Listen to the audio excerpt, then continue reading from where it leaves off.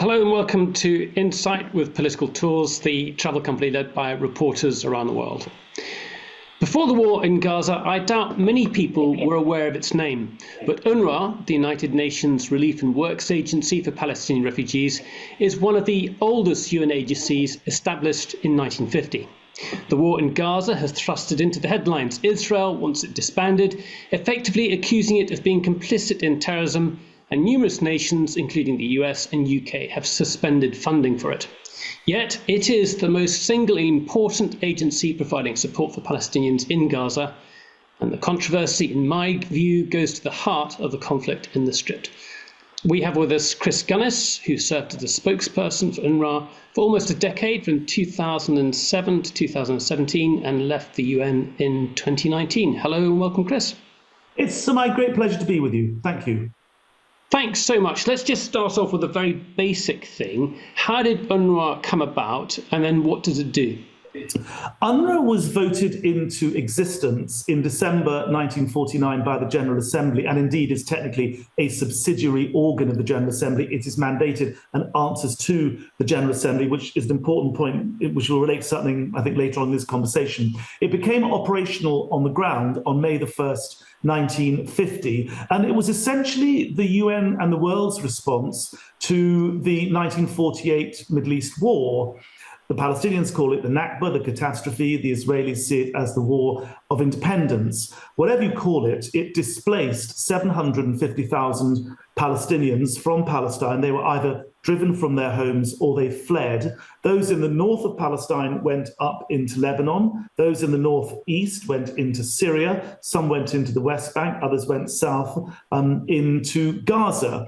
And UNWRA, therefore, in its early days, did what organizations do when they're dealing with freshly displaced populations. They provide food, they provided water, they provided sanitation, they provided tents to accommodate people.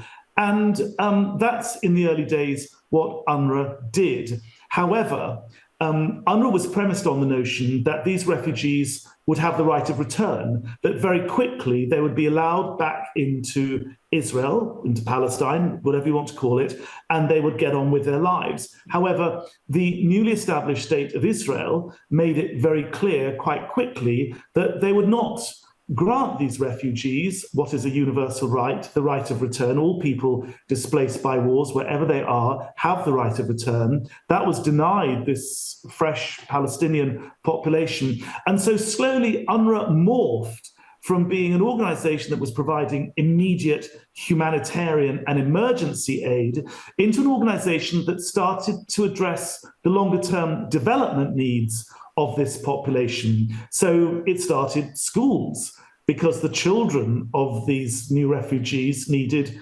education. It started a primary health service, because obviously they needed some form of medical protection. It started a relief and works department, because it needed to provide protection for the most vulnerable, for disabled refugees, for those with special needs. And in fact, those three areas I outlined, education, health, relief and social services, make up the three main operational departments of UNWRA today, as well as those main departments providing those services. UNWRA also, from time to time, because the Middle East is so unstable, has to drop everything and deal with a newly displaced population or a war. And the recent conflict in Gaza that started in October last year is a typical example where UNWRA was running these big departments across the Middle East. So the health, education, relief and social services, they operate in Lebanon, where there are about over 400,000 refugees, in Syria, where there are over 500,000 refugees, in Jordan, where there are about 2 million, and in Gaza, where 2/3 of the 2.3 million population are refugees. And just to be clear in the minds of the audience, people may say, well, how come they're refugees, so many years after 1948? The answer is that the children of refugees, where there is an unresolved political situation back home, and nobody would doubt that that is the case with Palestine, the children of those refugees are themselves registered as refugees. So, for example, where there are Afghan refugees in Pakistan, they can't go back to Afghanistan for whatever reason. They have children. UNHCR will register those children under the principle of family unity as refugees, and the Palestinians are no different. So today, there are 5.9 million registered refugees with UNRWA. Not all of them receive services, but as I say, there are these health, education, relief and social services around the region. And then in Gaza today, I think it typifies the dilemma that UNRWA has.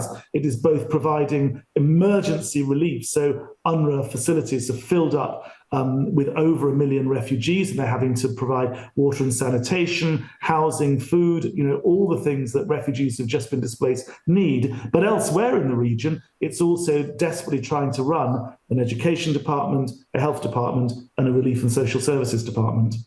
I've got numerous questions about why it exists. I can think of many other UN agencies that deal with refugees or deal with different aspects of these services. We'll come to that in a second. But first of all, can you just tell us, how does it operate? How many people are involved in running it? What are its budgets? It really does sound like a sort of a state within a state. A significant amount of competency there, a significant amount of funding that's required.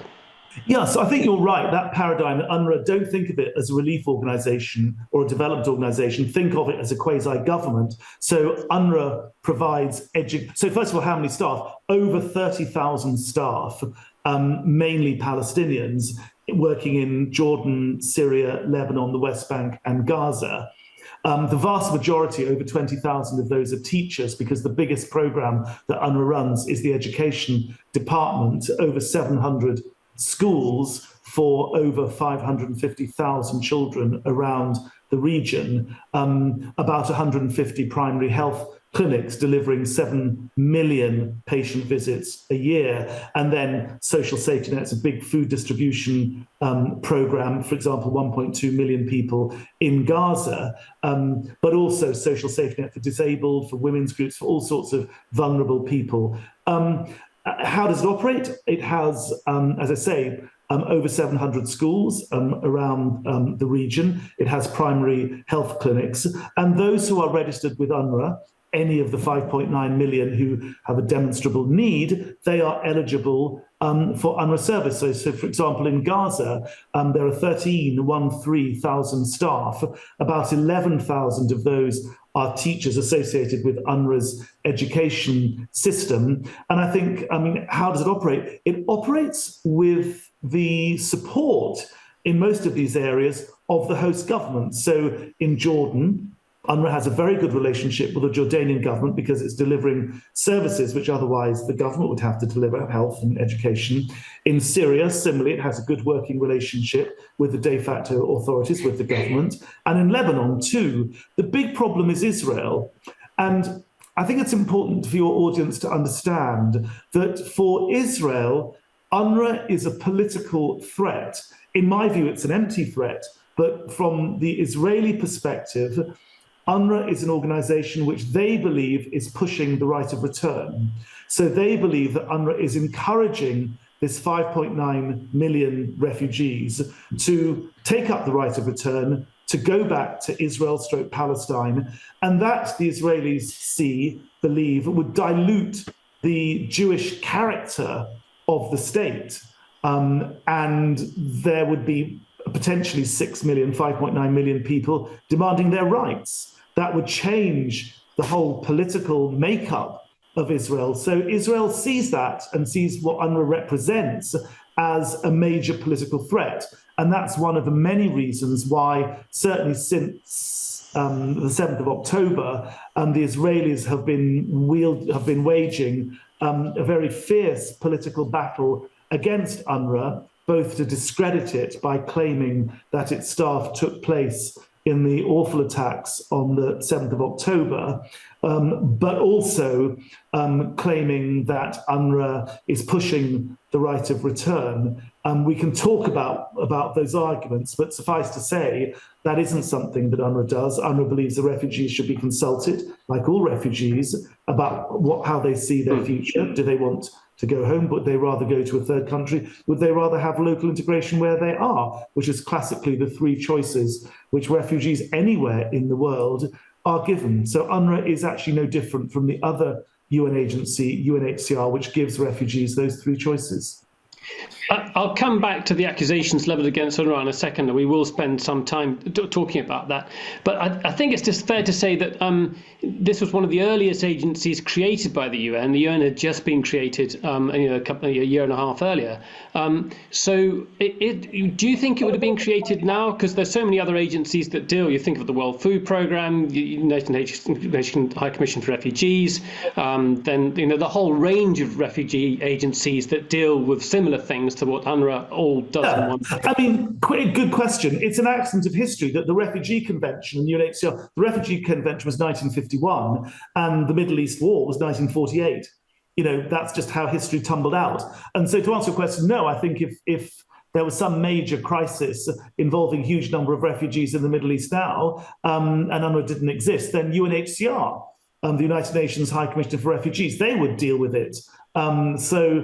Yeah, I mean, UNRWA exists because of a very particular, specific historical fact and a specific humanitarian need that grew up as a result, that came about as a result of that very specific thing. And actually, if you look at the Refugee Convention of 1951, Article 1D basically is an opt-out clause, and it says, well, if you're a refugee and you're also receiving funds, services from UNRWA, then this Refugee Convention doesn't really apply to you. But no, I think now any major refugee population is served by UNHCR. UNRWA was created very specifically to deal with this very specific problem at a specific time.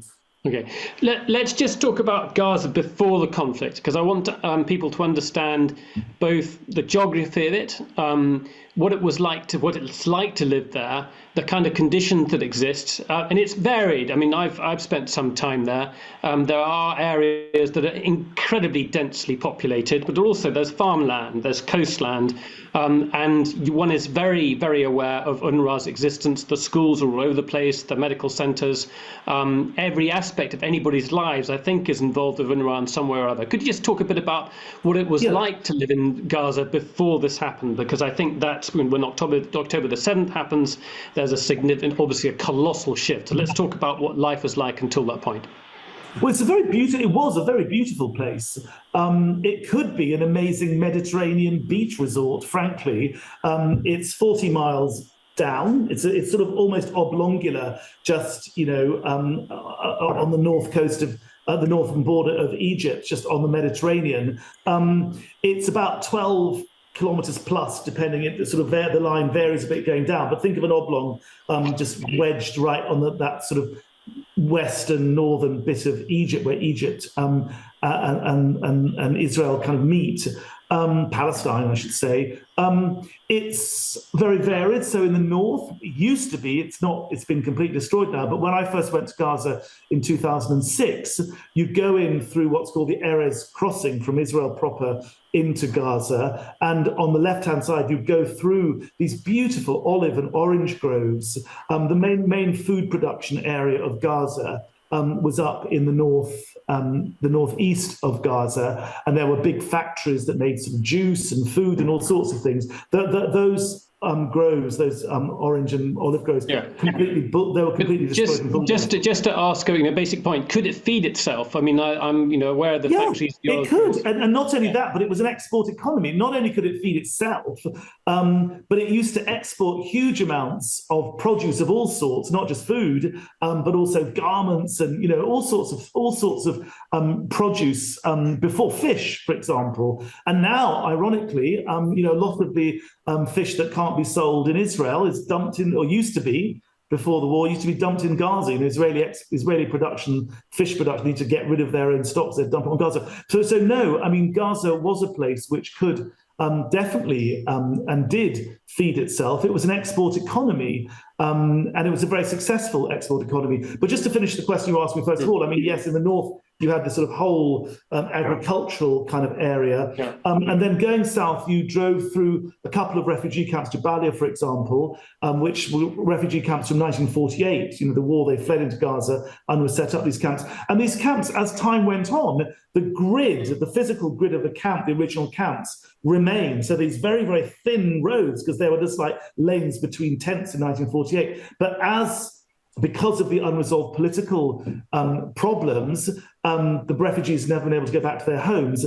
They've built upwards. So you've got these refugee camps which are very, very densely populated and very, the spaces between these buildings are very narrow. And in these camps, you've got UNRWA schools, you've got UNRWA food distribution centres, you've got UNRWA primary health clinics. But then going further south, you go into Gaza City, which is where UNRWA's main headquarters, which is where my office used to be, incredibly densely populated, one of the most densely populated places on earth. And then on the very east, you've got this beautiful coastal strip, fantastic beaches going all the way down the south. And then further down, you've got two other major towns. You've got Khan Yunis, which is largely destroyed by the offensive since the 7th of October, and then you've got sort of deserty areas. You've got Wadi Gaza, you've got a river that goes through Gaza to the sea, and at the very south you've got Rafah, which is where about 1.5 million displaced people have now taken refuge since the 7th of October, where there's regrettably, a lot of military activity. The Israelis have said to people they need to move to a safe area. Yeah. Of course, nowhere is safe in Gaza, and certainly nowhere in Rafah. I'm going to come to all of that in just a second, but just on to one last point. Which, if it was an export economy, that begs the question of what was the need for UNRWA in terms of services and provisions. I'm just trying to get an idea of the different needs of the population, because you've got some middle class, very nice areas, very built up areas. You've got areas that are, I know personally, are desperately poor as well. So I just want to get a reflection of that. Well, in order to be an export economy, you have to import things or grow them very cheaply, and then make something from these things, and then export them at a profit. And after the election of the 30th of January 2006, which Hamas won very handsomely in an election described by the Carter Center as the freest and fairest election ever held in the Middle East, which, by the way, I presume includes Israeli elections, what happened was Gaza was blockaded, the elections were annulled, and the blockade was imposed, and that was a blockade on imports and exports. So although it sort of is an export economy, it's only nominally an export economy because Gaza has not been allowed to export. And poverty levels have grown. Unemployment before the 7th of October was already around 50%. It's considerably, it's gone up considerably since then. There's almost no economic activity. And indeed, imagine if you're a teenager or a young adult in Gaza and you look to your future, there is no economy. There's nothing that you can actually do. You stay at home, you become educated, and of course, poor, disadvantaged, frustrated, educated people is a recipe for radicalization and disaster. And yet that's what the world has allowed Israel to impose in Gaza. Christopher, where were you on October the 7th? How did you see? I was at home. I was in my home in Paddington in London. And it was a truly shocking moment because it really was, although there had been Egyptian intelligence reports which were sort of in the media that something was being planned, although there was clear intelligence that Hamas was preparing for something, Israel certainly didn't believe it. The sort of settler-led government of Smotrich and Ben-Gvir was too busy protecting settlers in the West Bank. And what Hamas did, it was very carefully planned for months and months and months. When you go into Gaza, there's a huge watchtower, around watchtower, which is the main command and control watchtower for all of the other watchtowers that go down the Gaza Strip. And what Hamas did is that they destroyed that and therefore took out the main intelligence gathering center, nerve center. And that meant that all the the surveillance being gathered further down the Gaza Strip, that suddenly, wasn't available because the headquarters had been knocked out.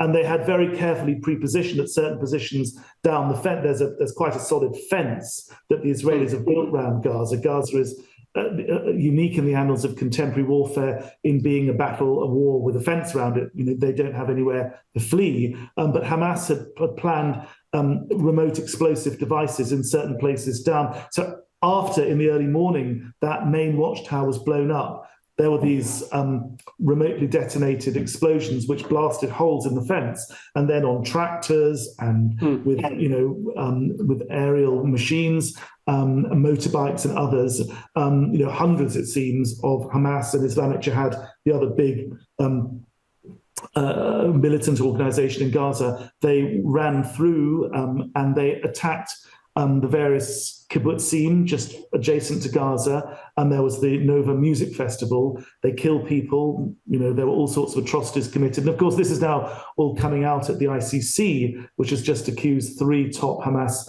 leaders of all sorts of quite abominable crimes, along with Netanyahu and Yoav Gallant, his defense minister. So I remember very well on the 7th of October just being completely dazed and being completely described that on Israeli social media. There were all these appalling reports of kids being slaughtered and terrible things happening, and Hamas, leading this huge, great assault. And I think there's some evidence that Hamas must have been quite surprised by how easy it was for them, how they met with so little resistance, because actually what had happened is in a few months before the 7th of October, the Israelis had killed some Islamic Jihad leaders. And interestingly, Hamas didn't respond. And I think the Israelis were lulled into a false sense of security. I think they may have thought that Hamas actually wanted to start trading, to build up a political and economic relationship, to try and sort of downplay the military campaign, as it were. But that may have been part of the deception by Hamas, because certainly the Israelis were very, very badly prepared. It's one of the world's great intelligence gathering, Mossad, Shin Bet. They're preeminent in the Middle East, perhaps in the world, and yet they were caught completely by surprise. And I think that's one reason why Hamas were able to kill so many people and take so many people hostage. The Israelis were simply caught unawares.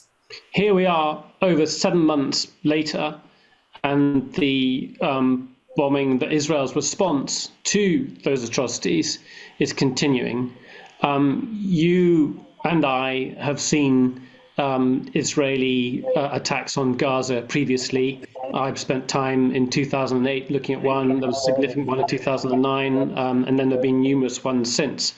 Have you been surprised by the extent of this? You must surely have been surprised by the enormous devastation that's been wrought upon Gaza. Extremely surprised, and it is unprecedented. I mean, I was there for the 2007, 2008 attack, 2009, 2012. 2014 was perhaps the largest, but this dwarfs what happened in 2014. I think that there's clear evidence that was presented at the ICJ, the International Court of Justice, in January, when the South Africans brought a case against Israel for violating the Genocide Convention. And one of the hard things about genocide is proving genocidal intent. But what the South Africans were able to do at the ICJ was simply present the public statements of people like Netanyahu, the Israeli Prime Minister, Benjamin Netanyahu, who simply invoked the biblical genocide, the Amalek genocide. In the first book of Samuel, God says to the Israelites, go and destroy them, kill all the women, kill all the children, kill all their livestock, total extermination. And Netanyahu invoked the Amalek genocide, and this was actually quoted by the South African delegation at the International Court of Justice. And then they had footage of IDF soldiers on the ground dancing in a very jubilant, triumphant way, celebrating the Amalek genocide. So not only did they show the intentionality of the political classes, but they also showed that this was having an effect on the ground. And Netanyahu, of course, is the commander-in-chief of the IDF. You had Yoav Gallant, the defense minister, talking about a total blockade, no food, no water, no humanitarian assistance, no fuel, nothing. They were going to destroy, all assistance into the Gaza Strip. You had the president, Yitzhak Herzog, saying that there was no way to distinguish in Gaza between Hamas militants and ordinary civilians. In other words, everyone is a legitimate target. So it was very easy, I think, to talk about genocidal intent. The other thing you have to show with genocide is that you have the capacity. You have to show, you and I can scream about genocide, but nobody will take us seriously because we don't command an army. But, Israel has the huge capacity to inflict a genocide. And then there are other categories of crimes, other behavior, which fall underneath this broader chapeau, this broader umbrella of genocide. For the fact that all universities in Gaza have been destroyed and hundreds of professors and teaching staff at universities have been killed. What is the military advantage of destroying every single university in Gaza? 2/3 of the hospitals have been destroyed. There are now just 4 hospitals in Gaza that haven't been attacked. What would be the point of doing that? This builds the case, I think, for genocide. And I don't think one could plausibly argue necessarily that what happened in 2014 was a textbook genocide, to quote Raz Spiel, who is he's an expert, he's a professor of genocide and Holocaust studies at Stockton University in New York. He's also a Jew and an Israeli, and he has called this a textbook genocide. And certainly the current conflict, and not 2014. Yeah. And I think one can say with some confidence that this has all the hallmarks of a genocidal war, whereas that certainly I don't think was argued by anybody in 2014. This is in 2014 there were 158,000 people who'd taken refuge in UNRWA schools. Today, about 2 million people have been displaced. So 10 times the number. Just to clarify what you're saying, it's the key thing here is not just the facts on the ground, the destruction of things, but it's the intent. It's the combination of the two things. Yes. So you can have crimes against humanity where clearly an army has done dreadful things, but genocide, the concept, as I loosely understand it, is that you are targeting a people because of their identity or who those people are, and you actually show that intent. There's a deliberacy about it rather than just the facts themselves. Exactly. A people in whole or in part, and that you are targeting them specifically. And as I say, the Israeli far-right government, Ben Gvir, Smotrich, and others, Netanyahu, were very, very open and very public in calling for these genocidal actions. And they really indicted themselves, because when the South Africans came to make their case at the ICJ in January, they didn't have to work too hard to find genocidal threats and statements which were being made. And then you just had to look at what was happening on the ground, 2,000-pound bombs on apartment blocks. And then, you had all of these blood-curdling cries on the ground to be committing genocide by the actual soldiers. So this is a very interesting point. So at this point in January, the ICJ issued provisional instructions to Israel. South Africa has brought this claim of genocide to the court. And then the ICJ issues provisional instructions following South Africa bringing this case to them, issues provisional instructions to Israel to allow aid into Gaza while taking all measures within its power to prevent acts of genocide. I mean, obviously for Israel, this is an incredible judgment. This is a nation that has been founded essentially on the basis of genocide after the Holocaust. And here is the accusation that they are accused of the same thing. What happens within 24 hours of that statement, of that judgment being issued by the ICJ? Well, what happened was the New York Times splashed on its front pages an accusation which was very much fueled by Israel, that 12 UNRWA staff members had taken part in the attacks on the 7th of October. And within 72 hours, 16 of UNRWA's main donors had defunded the organization to the tune of $450 million, which is about a third of UNRWA's budget. UNRWA's budget goes up and down, but it's about 1.2 to 1.5 billion with a B. So about $500,000 was a third of UNRWA's budget. Now, what happened is the Commissioner General of UNRWA was presented with these accusations, their claims, they're hardly even accusations. And in response to that, he immediately dismissed from the agency the 12 workers in question. In fact, 3 of them were either missing or dead, but they were separated from the agency.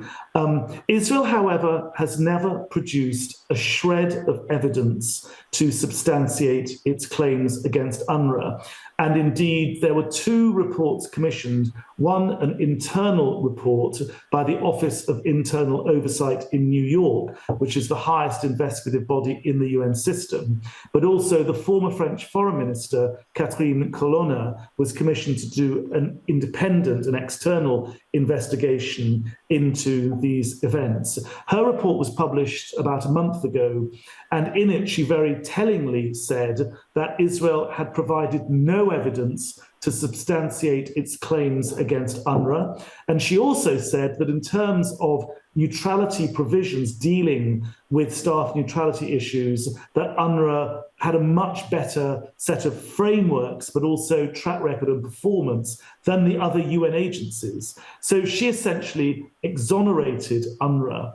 And in response to that, and actually some donors before had already started refunding UNRWA. I think they were rather embarrassed that they followed the Israeli line. They swallowed what I call the dodgy dossier, but the accusations in this baseless intelligence dossier. But I'm pleased to say that most of the donors have come back. The Americans, the largest donor to UNRWA, giving UNRWA between $350 million to $400 million a year. Congress has now passed legislation saying that they cannot even think about refunding UNRWA until March next year. The Brits have not come back either, I think under huge political pressure from the Israeli government. But the German government, for example, the second largest donor to UNRWA, which gives UNRWA about 200 million euro annually, they have come back, as has the European Union. So I think the Israeli attempt to smear UNRWA and to defund UNRWA through this fake news and this news management has failed. I think the news... I just want to pick you up on that. You see that as a deliberate attempt. I mean, obviously, I could see the coincidence of the timing is surely no coincidence. You have the ICJ producing its ruling, and then suddenly accusations against the UN main agency providing aid to people on the ground comes out, and that dominates the news headlines. So on the 26th of January, the ICJ, International Court of Justice, they ruled and they came up with these provisional measures that Israel had to do these things, which you outlined earlier. And of course, that was going to be the big headline. Israel found guilty of a plausible genocide. So the actual determination whether there is a genocide, whether Israel is violating the Genocide Convention, which is what South Africa is alleging, that determination will take years. The court will sit on that and there'll be all sorts of thinking and whatever. But in the meantime, the court has said there is a plausible case that these Palestinians are having a genocide committed against them, and therefore we demand that Israel takes these measures. It's a bit like a woman turning up at a court and saying, my husband is trying to kill me, and the judge says, well, let's not decide whether there is attempted murder, but for the moment, let's just ban this man from going anywhere near this woman, let's stop her.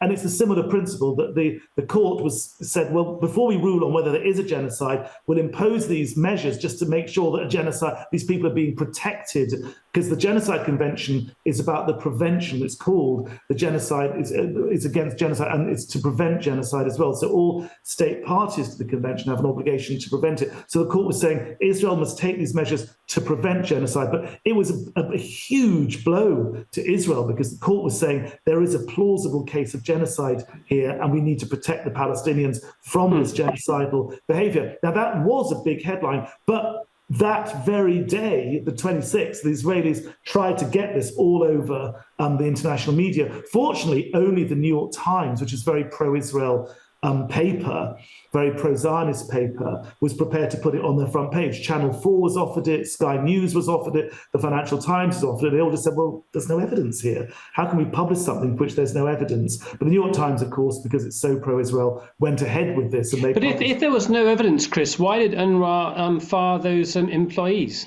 Well, that's a very good question. I think because they thought they would protect the agency. I think they thought if they took preemptive action against these people, then the controversy would go away. I mean, normally what would happen in previous years when I was working in UNRWA, if there were neutrality violations, and, we're talking about a war zone, we're talking about occupation, about blockade, Israelis attacking, terrible things going on. Of course, people are going to be angry. Of course, they're going to do and say anti-Semitic things, abhorrent as those things may be. This happens when there are wars going on and there's a lot of extremist feeling.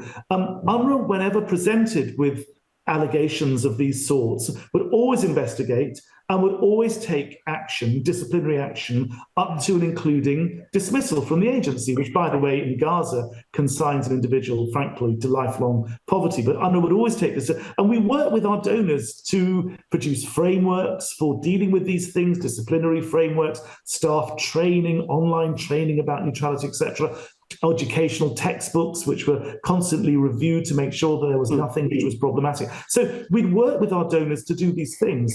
And actually, no donor has brought any evidence to UNRWA, because that evidence, frankly, if it existed 7 months after this conflict, surely Israel or America or the UK, these very pro-Israel donors, would have produced some evidence to UNRWA to do that. But it hasn't. Anyway, UNRWA thought that if it got rid of these workers, then the controversy would go away. In my view, they should perhaps have suspended them pending the outcome of the investigation. That would have been a much more sensible thing to do, because I think the New York Times and others, donors, thought, well, if UNRWA sacks them, then there's no smoke without fire. They must be guilty. I think it would have been much more sensible of UNRWA and as you say, no evidence has been published yet to show. None has been produced whatsoever. Yeah, which leads one to suspect that there isn't any evidence. And if that were the case, UNRWA has now dismissed and besmirched the reputations of 12 people who I presume are going to want some form of compensation. I don't know what the score is on all of that.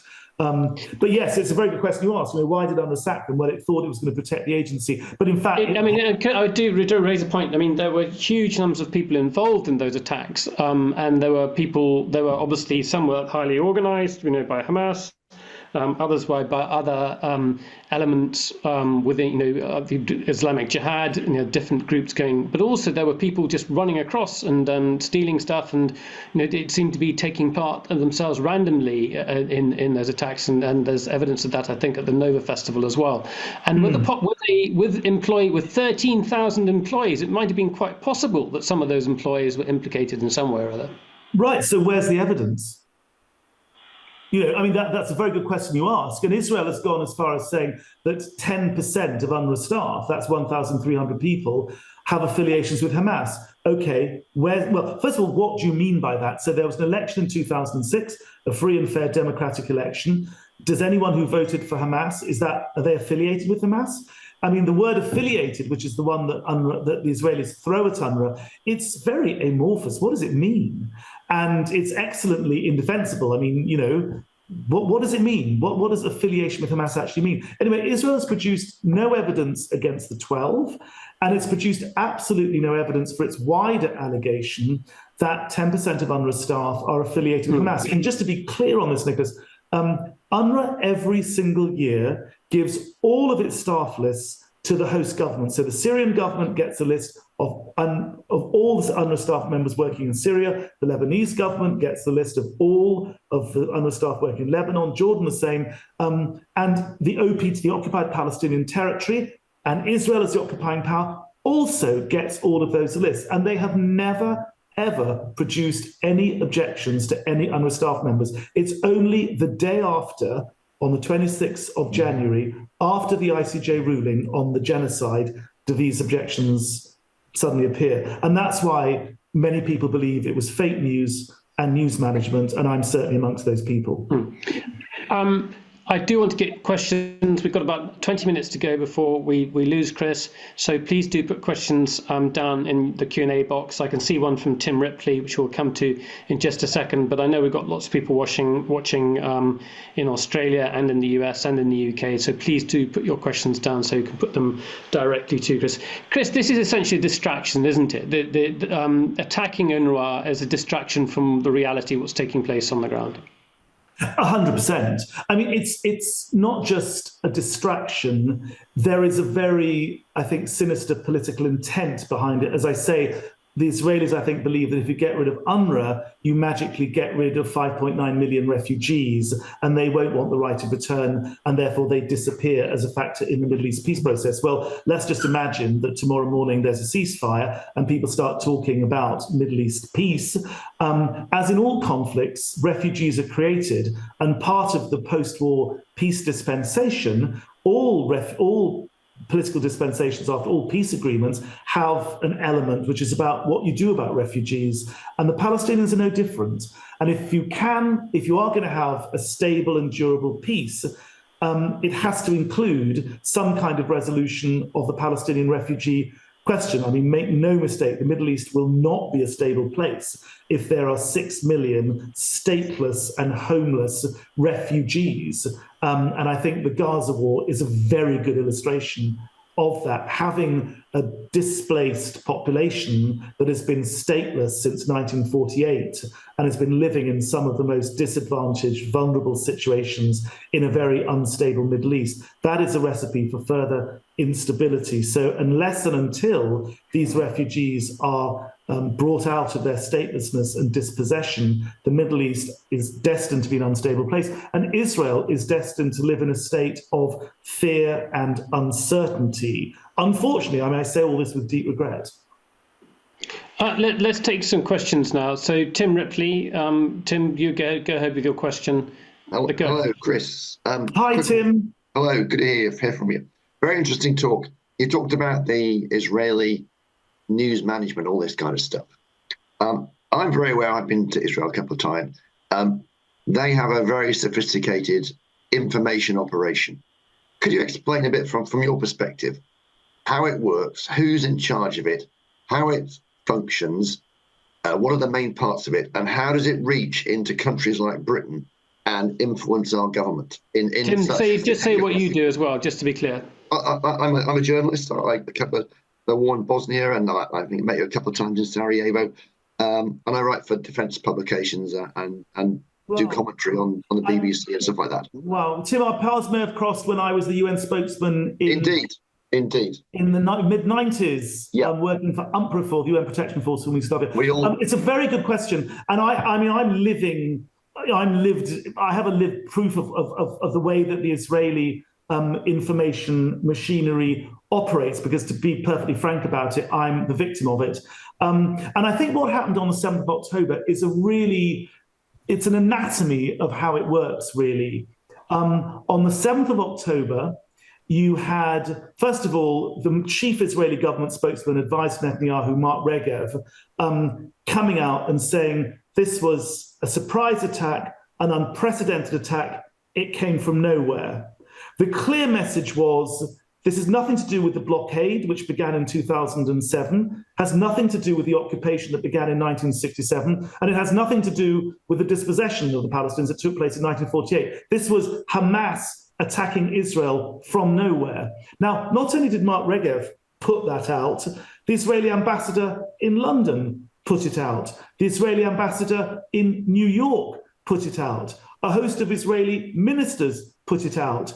You had pro-Israel Congress people in DC putting it out. So there was already in place, and I'm not an elder of Zion conspiracy theorist. The fact is, these mechanisms and these organizations exist, and they exist as part of what they call Israeli Hasbara. This big international propaganda machinery. It's very well oiled. It's very well financed. Israel has also created quasi. Chris, hang a second there. Isn't that did come out of, when you say you're basically saying there's a broader context to what happened on that day. But in and of itself, what happened on that day did come out of nowhere. It was horrendous. It was absolutely, truly appalling. And it was appalling. No. Yeah. Yes, I mean, I think it surprised everyone, including the most advanced intelligence service possibly on earth, and the most powerful army possibly in the Middle East. So the IDF were totally astonished. I was astonished. You were astonished. Everyone was astonished. That doesn't mean that it didn't have a political context. I think these are two completely different things. And in fact, when the Secretary General of the UN, Antonio Guterres, dared to say that this, like all wars, have a context, he was accused by the Israeli ambassador at the United Nations as waging a blood libel against Israel. So, I have little doubt that there's a lot of resentment that explains the sheer viciousness of this attack. Okay, so that explains the effectiveness of the messaging work, but that doesn't really address how, when you said you were a victim of so let me give a good example. How does that work? So 2014, and the Israelis launched an attack on Gaza, and an UNRWA school is hit. And immediately a journalist phones me up and says, Mark Regev just told me that there were militants in the schools and that's why they hit it. Now, of course, one immediate response is, well, international law does not say that just because there is a militant in a school, you can drop a huge bomb on it and kill loads of displaced people that have taken refuge there. There are still international law protections which relate to the size of the munitions that you can use. The whole idea of proportionality is very important. You have to distinguish between combatants and non-combatants. But let's forget all that. The fact is that Mark Regev was putting around, forgive my dog. So Mark Regev, sorry, folks. Mark Regev, let me get closer, would put it about that there were militants in our schools. And actually later, when we looked at what was going on in those schools, there were no militants there. And yet every paper on the planet put out, the Regev line, which was, Israel has hit a place where there were militants, et cetera, et cetera. It simply wasn't true. But it wasn't until after the war that there was a board of inquiry that UNRWA was able to investigate. And we found that there were no militants. 7 of our schools were hit in 2014. There were no militants there. That is what I mean when I've experienced it.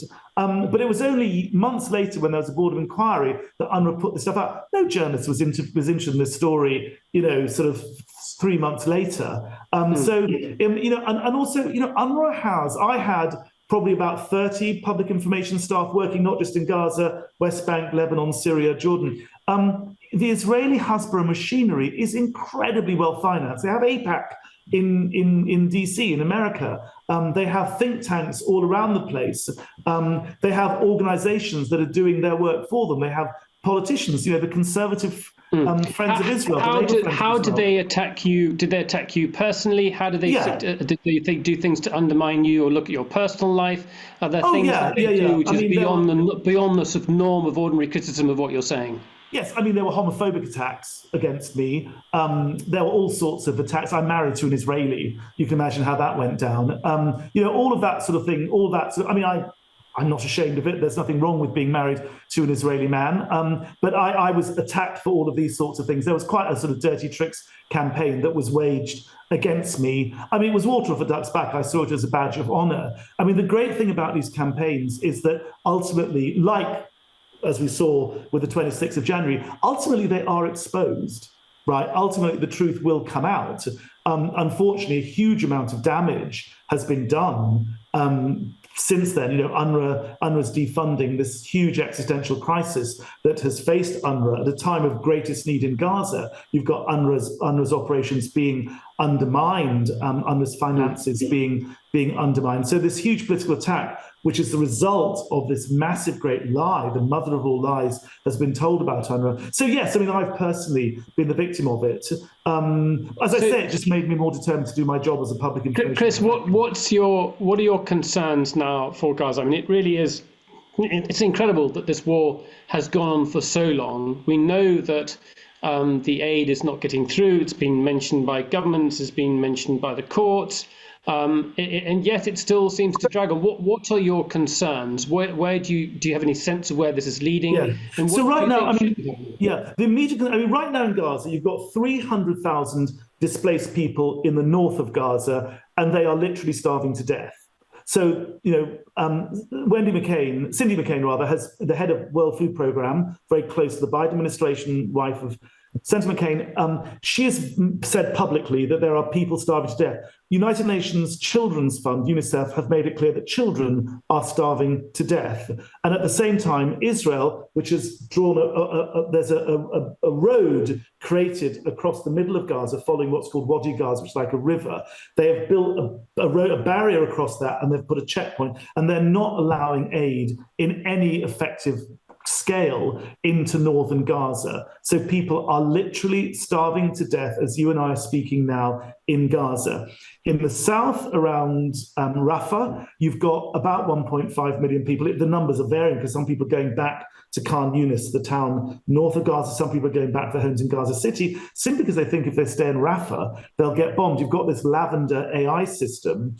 I've got friends in Gaza at the moment who are preferring to stay in tented cities rather than in homes of relatives, because this Lavender system, if somebody piggybacks on your mobile phone network and the Lavender system associates that person with Hamas or Islamic Jihad or some militant organization, there's a risk that they will drop a 2,000-pound bomb on that building. So people are now in this tented city in Rafah or trying to move north into Gaza City or into Khan Yunis or further north. So a big concern about this massive population of displaced people who are now in Rafah. Those are the immediate concerns. I mean, communicable diseases are breaking out because the sewage system has been completely destroyed. There's not enough food. The thing about starvation and famine is that it's like a sort of train. Even if they flooded Gaza with food this afternoon, the children with rickets need more than just food. They need medical attention. They need proper nutrients. They probably need to be hospitalized and put on drips. So, there's the immediate concern about food and about health. There's the public service infrastructure, no fresh water. It's all being bottled in. There's not enough of it. I've got friends who are drinking salt water because there simply isn't enough. I phone up friends in Rafah and I hear these children screaming and I say, "What's that noise?" And they say, "It's our children. They went to bed last night screaming of hunger. They woke up this morning screaming of hunger." So, it's a very real thing. That's the immediate, it's the mass famine that's breaking out, which of course Netanyahu in this case of the ICC has been accused of deliberately using starvation as a weapon of war. And when you see this, the UN statements, and when I have personal experience, it's hard to, avoid the conclusion that there is a deliberate famine being inflicted on Gaza. So those are the immediate concerns. Then, of course, there's the public service infrastructure. So everyone in Gaza is at risk of communicable disease because there's raw sewage, in the streets. I mean, a friend of mine said the other day, there are no rats in Gaza anymore. And I said, why is that? And he said, because people are eating them. Well, if people are eating vermin, imagine the health implications of that. And then beyond that, you've got, schools are meant to open in September. And Palestinians will tell you they prize education. And the fact that all 12 universities have been destroyed in Gaza makes Gaza a very unattractive place for a lot of Palestinians. Education is prized by Palestinians. It's a passport to the world. It's a passport to prosperity. So my big concern is that, you're going to have a whole generation of children in Gaza who are their schools are not going to start on, the beginning of September, which is when UNRWA schools are meant to begin. And then you've got a completely traumatized population. You've got many, many children who have no surviving relatives at all. So you've got a whole generation of orphans. You've got a whole generation of disabled children and people.